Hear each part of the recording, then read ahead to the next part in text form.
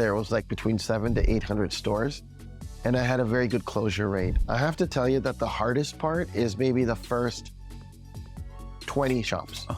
When you walk into your first 20 shops, you're still trying to figure out what the script is. Yeah. You know what I mean? And what are the objections? What are the common questions? What's the best way? What's your opening line?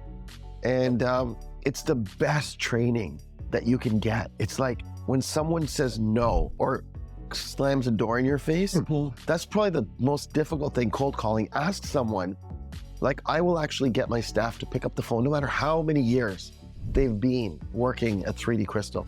I'll get them to pick up the phone and do outbound cold calls. And the moment I get them to do that, so uncomfortable. it's so uncomfortable, right? Especially if they haven't done it for a week. Even a weekend, if you don't do it on the Saturday, Sunday, you were doing fine on Friday. If you stop doing it on the weekend, you do it on a Monday, the first few calls are terrifying.